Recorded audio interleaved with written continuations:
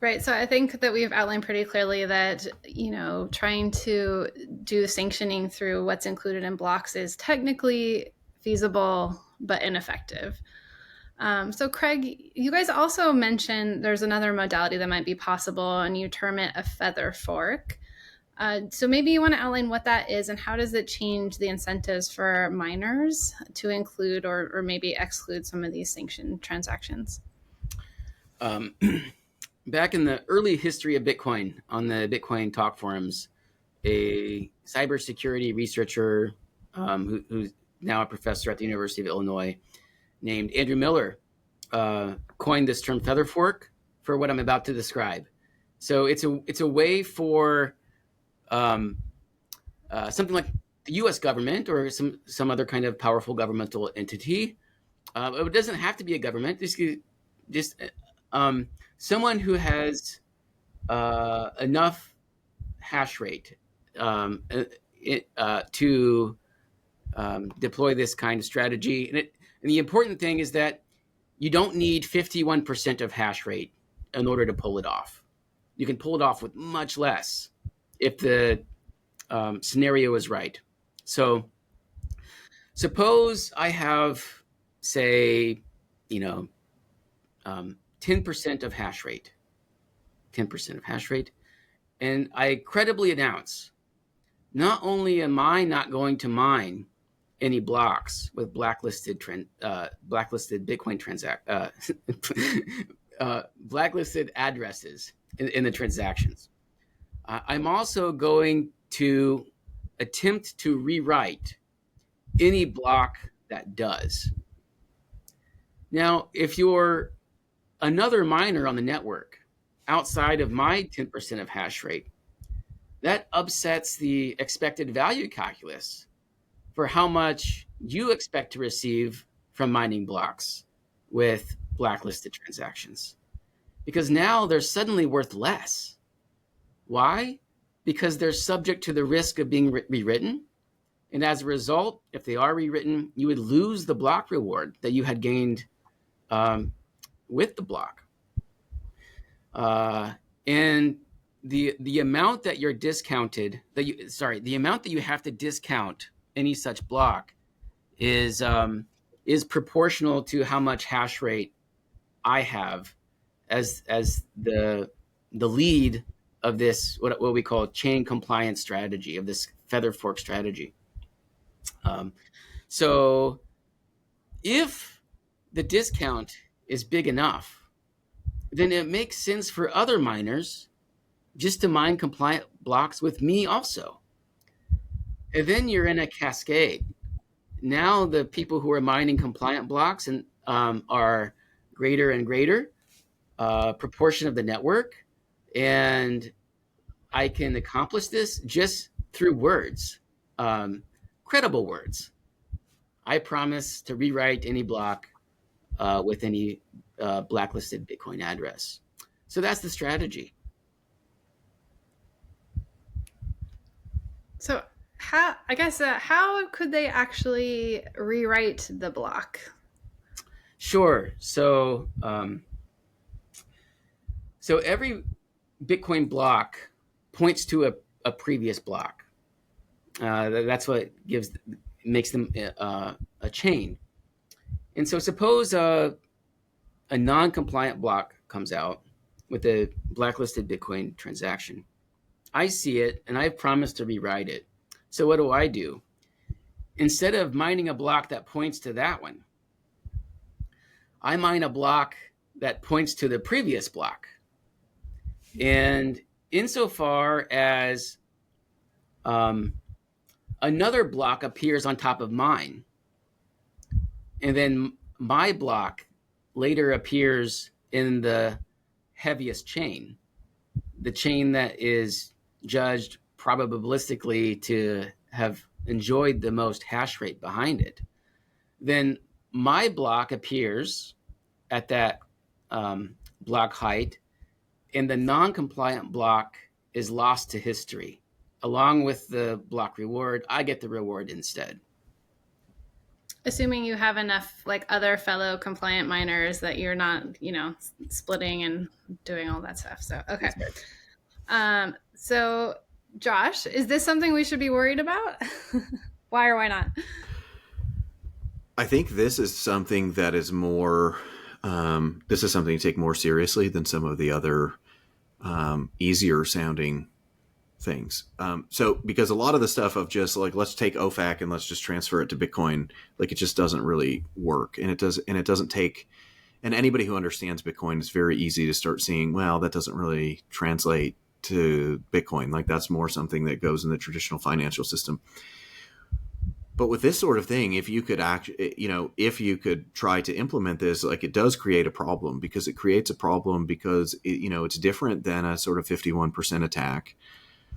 But it's essentially what you're introducing something new to kind of the mining process that miners have to take into consideration, which is that if they're not paying attention to sanctioned addresses and they're just processing anything,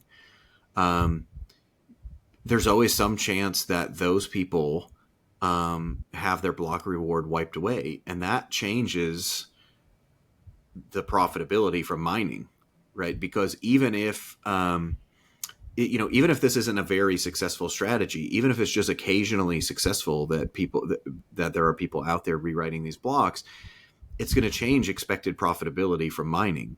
And to the extent that it changes the expected profitability, that's going to affect how much hash power you're going to use on the network. That's going to affect your incentive. It might also affect your incentives about what transactions to process. Like it might force you to say, well, actually, I want to move to the group that's only processing the other transactions, so I never am at risk of losing out. But there's lots of moving parts here, right? Because it depends on how many people are in each group, how many people are actually trying to rewrite blocks, how many are not trying to rewrite blocks. All of that is going to matter, but also lots of other things are going to matter. Like there are lots of other things that affect profitability. So somebody who's in an area where electricity is really cheap, for example, they're going to care a lot less about this than somebody who's in an area where they're barely profitable in mining because electricity costs are much higher. And so there are all these moving parts to try to disentangle these things. And so one of the things that we do in the paper is we just develop a sort of we just sort of develop this game theoretic model where you've got two types of miners, one that's willing to rewrite the chain and one that's not.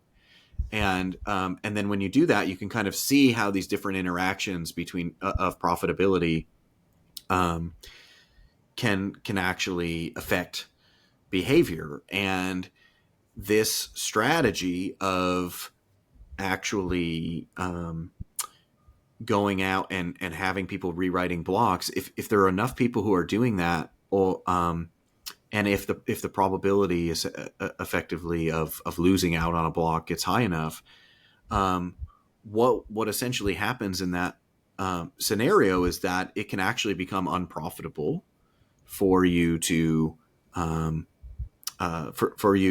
to mine if you're not paying attention to these sanctions.